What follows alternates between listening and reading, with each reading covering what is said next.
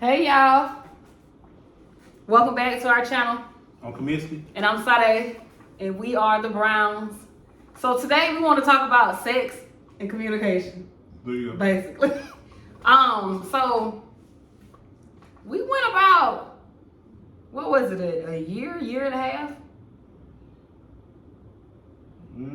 What day? Cause you like, okay, what is? Cause I got sick in December, January, February. So what, like after February, like February to what? February almost?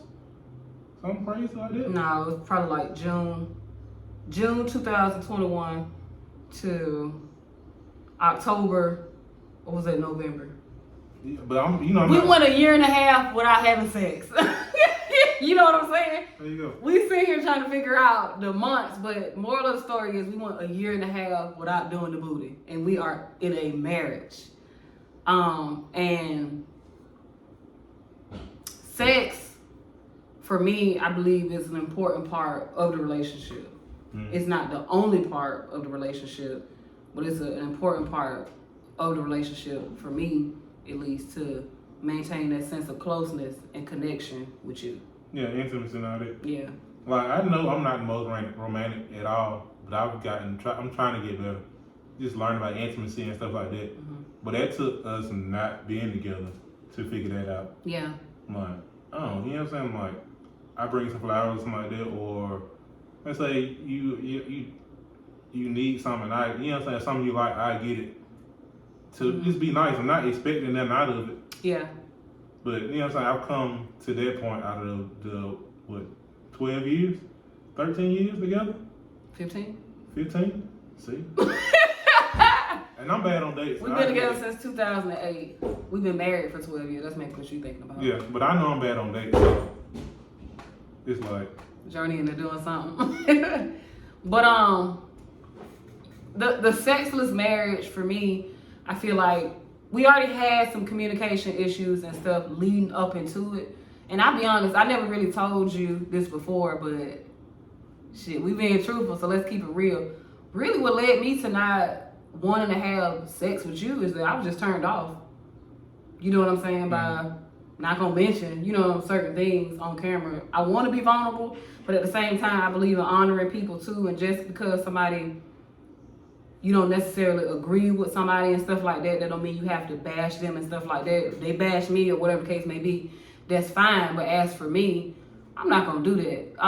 But a lot of things happened in the relationship which made me kind of lose trust in my husband. I didn't feel supported by my husband. So in turn, for me, not having sex with my husband, that was my way of like revenge. To be completely honest with you, just like, well, shit, you ain't got my back 100%. Fuck you. You know what I mean? And that's what led to it. When, in all honesty, I look back on it, and sure, I was turned off by my husband, but he's still my husband. If I felt some type of way, I should have asked for a separation or something sooner to get myself to a better place instead of being in the house with you and not having sex with you. Yeah, because You know what I'm you saying? end up punishing yourself too. Yeah. Because at the same time, like, a man can notice certain stuff and like, okay, you not messing with me, so whatever, leave me alone then. Yeah. I I was at that point, so I was like, at the same time, I had underlying like health issues, and then didn't know about it, so it contributed to our sex life as well, not knowing. You mind if I say what happened? You can, I don't. We was having sex one night, and you basically, I almost died. he almost died. He basically had a heart attack. Yeah. True story. This was in June of 2021. We was having sex, I was on top doing my thing.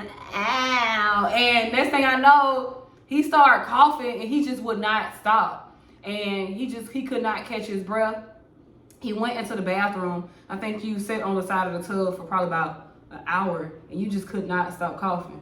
Yeah, because I could like I would run a fever sometimes and stuff like that, and not knowing it.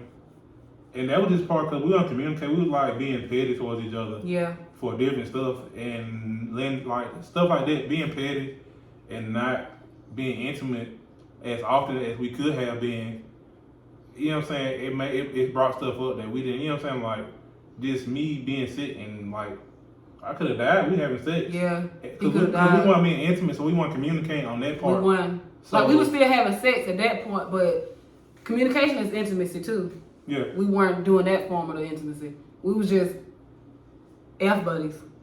Yeah. Then it'll be like it was like once a month. Then eventually, cause we had other stuff going on, cause we had trust issues against each other. Just being in the house and then being separated from each other. Thanks. So it's like. And then stuff other people say and put seeds into your head. I'll be completely honest. You know what I'm saying? And it makes stuff look like what it ain't. Basically. For you know what I'm saying, that us not just handling our business together. So it amplified certain stuff. Yeah. It really did, because let's say okay, we would have sex every once in a while, then it would stop. It'd be abrupt, yeah. Mm-hmm. And on both of us, so it was like I would say, okay, we're gonna do something, and then I'm like, oh, I'm going to stay out or whatnot, and not, you know what I'm saying, stuff like that. Or let's say she might say, be ready tonight and go to sleep. Yeah. Or something like that. I know I be cleaning that. Babe, let's do it tonight, 10:30.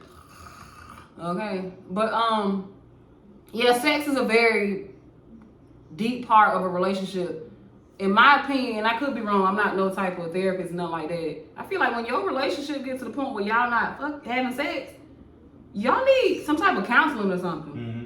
Because that's not normal, in my opinion. You know what I'm saying? It's not normal at all. Because I'll be honest, and you know, this my husband, so I feel like I like having sex with my husband. I do. Mm-hmm. So the fact that I did not want to, you know, should have been a red flag for me. That, hey, it's a bigger problem, you know what I mean? Which led to me, you know, emotionally cheating, because, okay, I'm not having sex with him, but, okay, I'm sexing and talking nasty to somebody else, you know what I'm saying? So, yeah, sex is a very important part of your marriage, and that ties into the next subject, which is communication. Yeah. Yeah. On all parts. On all parts, including sex. Yeah. That's something we didn't talk about. I just told my husband right now, while we on this video, why I didn't have sex with him for a year and a half. You know what I'm saying? I should have communicated that before. It probably would have saved us some trouble. But that's what it is. And also, too, since we're being honest, it was a situation back in 2000. It was before Journey was born. It was either the end of 2016 or the beginning of 2017, I actually asked my husband to go to therapy to communicate better. He said yes, and then when it came down to it, he said no. Yeah, because I was like, you trying to push me into a corner, and I'm like, that's when I was dealing with my trust issues against her. Because, what year it was? It was either the end of 2016 or the beginning of 2017. Yeah. We had split up at that time too. It was a lot of stuff going on. Me accusing my husband of cheating, me not really getting along with a lot of people that he was communicating with, and it just wasn't a good time for us. So he actually moved in with his grandmother, and I was living with an old friend of mine and her mom, and I eventually ended up getting kicked out. This is a whole nother story. Shit, we can talk about this too. I ended up getting kicked out, and I ended up going to stay with my cousin, and so. Fast forward, maybe like a couple of months later, I ended up coming to stay with my husband. But and I keep it real, being the prideful person I didn't even ask his grandma if I could stay there. I was sneaking around and shit. And I'm like, this lady know I'm staying there. But I just never asked her, could I stay there? Because I don't know, it didn't feel right. And that's another example of communication. You know what I'm saying? Yeah. Sometimes pride gets in the way of communication because we feel like And it clouds judgment too. It clouded like hell. It clouds it like hell when you think that you're the only one that's right and stuff like that, and the only one that's deserving. That's very selfish. And so I had a very selfish communication style, and I would say maybe you did too. Yeah, I agree and say I did, because it was like, I still like provided even when we were separated, but like other than that, like I don't, you know what I'm saying? My feelings weren't in it. And when your feelings not into something, just like which time we talking about? That first time? First time, and like you know what I'm saying, just the first time, like 2016. We'll stick with that timeline.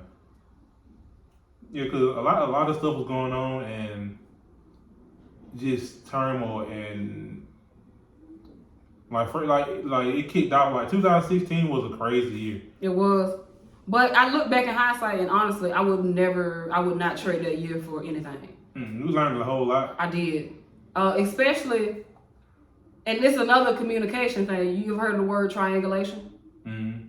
So for those of you guys that don't know what triangulation is, it's a communication tactic that people that are manipulative use.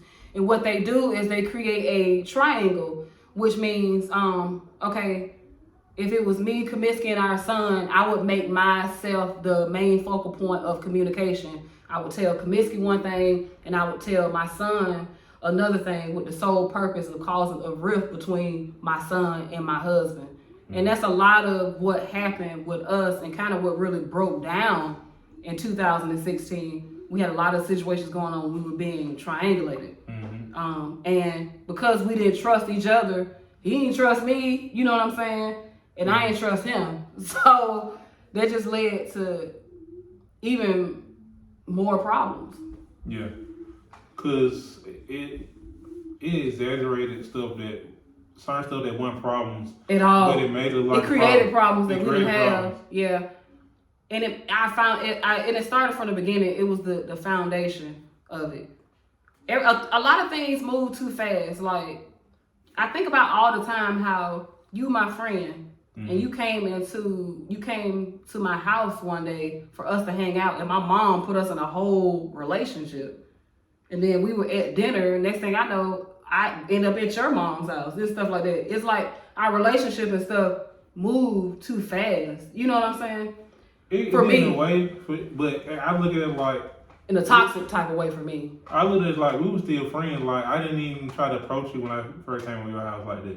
Yeah, but it was too many people in our business and too many people giving unsolicited opinions and not allowing us to be young and live. Yeah, and I make our own mistakes. It was don't do this, don't do that, and then we look back in hindsight like, wait, that was shitty advice. Yeah. you know what I'm saying? That was the advice that led to a lot of the issues, you know what I'm saying? Yeah. Which honestly led to the cheating and all that shit. We can trace it back to specific situations. But the blame ultimately falls on me and my husband because we made the decisions too. We made the decisions. We made the decisions from a naive place, but we still made the decisions. Yeah. You know what I'm saying? Because you got to look at it like this, like we were in situations where we felt like our backs against the wall and just being proud for not wanting to ask for help from certain, like, because we would help people out. And then when we needed help, it wasn't there. Not at all. Not at all. I remember when, soon as we lost everything and we didn't have anywhere to go, we didn't have a pot to piss in, we didn't have a car, anything like that, riding the bus and everything like that. That's really when people really revealed who they were. And it's like, damn, were you this person the whole time and I just didn't realize it? But that's something too. That's why 2016 for me was a blessing, because in 2016 I feel like I lost everything. You know what I'm saying? Everything that I had, at least worldly possessions. But I gained spiritual possessions and I gained a relationship with God, and that what I would consider some of my, like a mother figure for me, Apostle Michelle Rucker. You know what I'm saying? Well, I didn't meet her then, but I met her again. She was part of my life when I was a small child. But here it was 10 years later, and I met her again. And she ended up being a vessel for me and my husband. Her and her husband, Pastor David, ended up being a vessel for us during a tough time. What you got? Oh, what I can't see, carry my wallet. What you carry? What you got, baby? Let's see. Some people know what it is. What are they? My Abraham paper. Abraham? Oh, yeah. Apostle Michelle. Yeah, she gave us an assignment. But, okay, so we talked about sex. We talked about communication. I want to talk about some of the things that we did do, I believe, that helped us bond as a couple. Okay. One thing is we took an intercession class together in, what was it, 2017, 2018? Yep. If you don't know what intercession is, intercession basically is praying on behalf of somebody else. You know what I'm saying?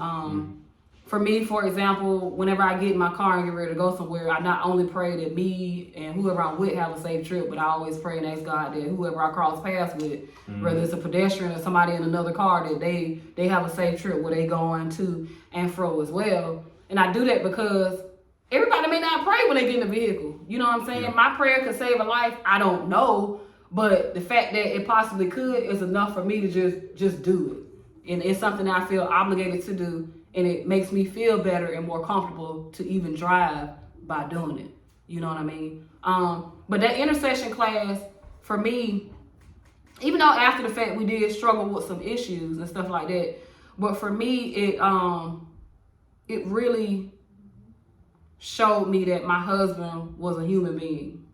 You know what I'm saying? And that he wasn't perfect. He wasn't going to be perfect. And he came with his set of flaws, and I came with my set of flaws too. You know, I come from a broken home, so who am I to judge somebody else from where they began and stuff like that? And so for me, that was a very vital part of our relationship and just helping me get to a better place. And when we split up this year for those 3 months, I did reflect on the lessons that we learned from praying, and which led me to do what? Pray for you. Yeah, and I did the same, like, cause it was plenty of times like, okay, I need to talk to my wife about certain stuff about the Bible as far as that go, but like we weren't talking, so I was like, I put it into my own hands, took the initiative to, you know what I'm saying, start praying out loud and reading on my own. So I can say it helped. It did. Yeah. You know what I'm saying? Prayer does help. Just like we on the Bible app, for instance. I was on it before, but I'm on it now. I'm like, okay, I like having where it show like, oh, it's a streak or whatnot, if you know about it. How many days, you know, yeah, on the Bible app, yeah. So I'm like, hey, that's something that I like, because I'm competitive in that way. So I'm like, if I, you know what I'm saying, a streak, like, I know you get a prize at the end of the day, but not like the figurative prize. The prize is the deeper relationship with God. Yeah.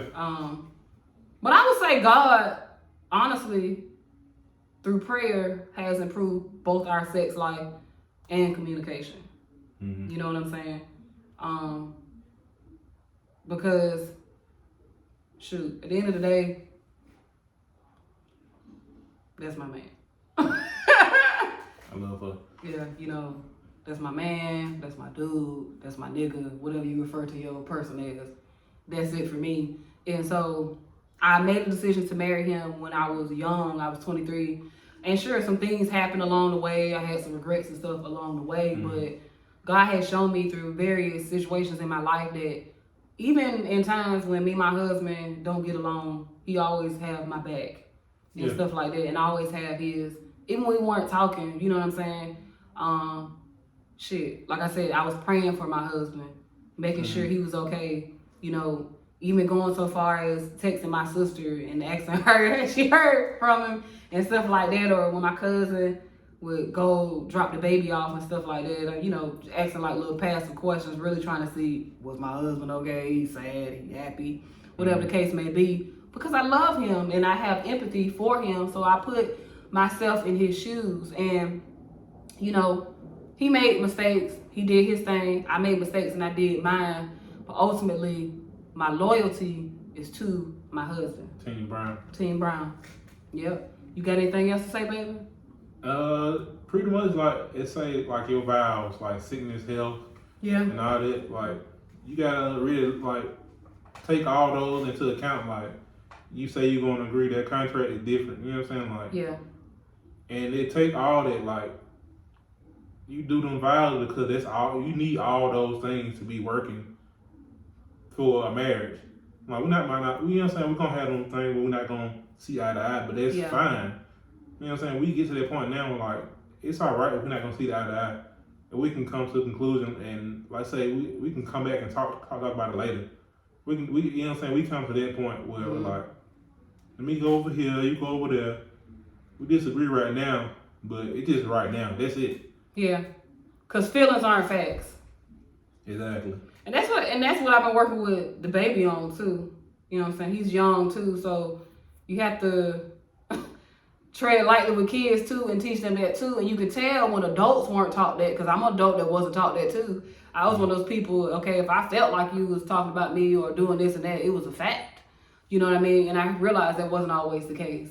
You know, sometimes people are genuine. Now, sometimes you can have intuition and discernment, but sometimes you also can be paranoid. So you have to, so you have to, you know the difference and work with it accordingly. Mm-hmm. That is true.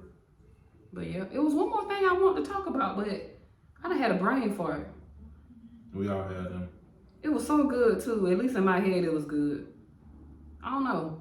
Maybe it's one of the video for it. You count down, like, I saw that on something. What countdown? Count, start at 5 and go to 1 and see if it come back to you. If not, hey, they come back to it, might be some on another video. If not, Nah, baby, it ain't come back. Be like that sometimes. But yeah, that's basically it, y'all. For me, at least, you know, if you in a sexless marriage or relationship period, that's a red flag that something's going on. And 2, you gotta communicate. I know we kind of talk about that a lot, but you have to. And the reason we talk about communication is because we the prime example of what happens, worst case scenario, when you don't communicate. Don't communicate, bad communication, same thing. Yeah. Why do you think you struggle with communication? I feel like I kind of know why I do.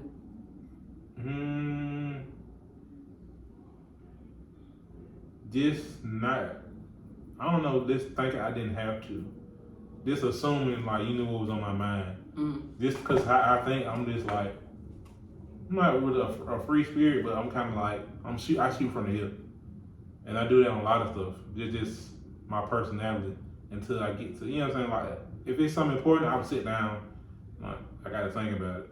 Yeah. But like, this, you know what I'm saying? That's, I guess, why I cook. Because I can just shoot off the hip, but I can remember the recipe too.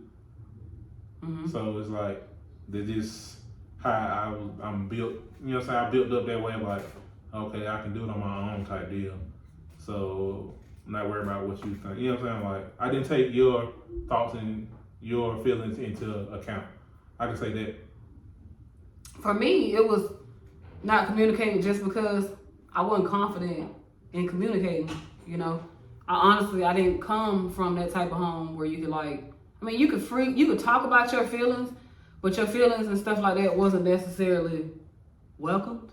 Or validated. Yeah, or validated. Yeah, that's a better phrase. So I was like, okay, you know, you saying nothing anyway because he not gonna care or he gonna think I'm lying or on some bullshit. And then sometimes when I would say something, of course, he would think I was lying or on some bullshit. You know what I'm saying? So it just further reiterated what I already believed, which was communicating wasn't gonna get you nowhere anyway. So what's the point?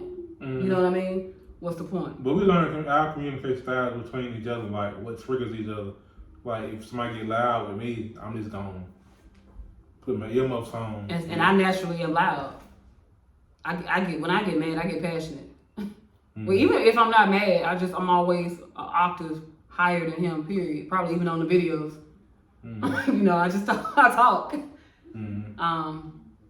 But yeah, well, that's it. Yeah, some laid back one and somebody else gets the. I can be laid back. What you mean? Cover y'all ears up. Cover y'all ears. What the fuck you mean? What you mean? You're a little more turned up than I am. Yeah, true. You told us to stop laughing. Who he think he talking to? Who you think he talking to? That would be my line. Okay. I'm still laughing. Yeah. He ain't say nothing after that. But yeah, Journey. That's your child when he act like that. I take that. You want to cut that off today? You want to get up and do the honors today? I will. Oh, we got what we got coming up? What you mean? What we got coming up? Oh, I'm making a Spotify playlist. I'm on Spotify. Yes, our favorite songs. That was a good idea he had. Our Instagram page will probably be launched this week. We've been saying we're gonna launch it for a couple weeks. I just have not. I've been lazy and stuff like that. But we definitely gonna come out with our Instagram page, which all things Sada and Carmiski's pictures, quotes, reels, just us in general, raw, uncut. You know what I'm saying? To a certain extent, you know what I'm saying? We ain't gonna This ain't Wait, OnlyFans. This ain't OnlyFans. Ain't no, ain't none of that up in here. You know what I'm saying? Speaking of OnlyFans, why everybody in this Gen Z generation on OnlyFans? It's like every other person that got their coochie or ding ding out there. Like, But they say you don't gotta be naked on there. huh? They said a lot of folks ain't naked, but I don't know. Yeah, but I don't know. It ain't. I don't care. No, Just something for y'all to think about. In the meantime, as we go into the next video, before we get there, just something to think about for the week. Would you date or marry somebody that you know has been on OnlyFans? And I'm not just talking about showing their toes. I'm talking about showing their cootie cat and their ding dong. Let me know. Would you marry or date somebody that's been on there? Are you on there? I wouldn't care. You married somebody that was on there? You ain't, so I ain't getting. I don't How plan. you know I ain't on there? I'm joking. Well, I don't plan on getting married again. Anyway. But no, I ain't out there like that. But But it's on them. I don't know if I would. It's like everybody done seen it. Some folks don't care like that. Everybody done seen it. We more private, like, hey. But also too, everybody got a past. You know what I'm saying? It's the future now, so. Yeah. People be on OnlyFans playing with themselves, but then you got some people who got a high body count, and they may not be on OnlyFans, but they got that freaking leaking. You know what I'm saying? Yeah. So in the whatever you want, pick what you want. Who are we to judge? But yeah, y'all think about that. Oh, you gonna make it? You go ahead. You know you gotta turn it off. You don't never want to turn it off. Alright, we out. Oh, whoa!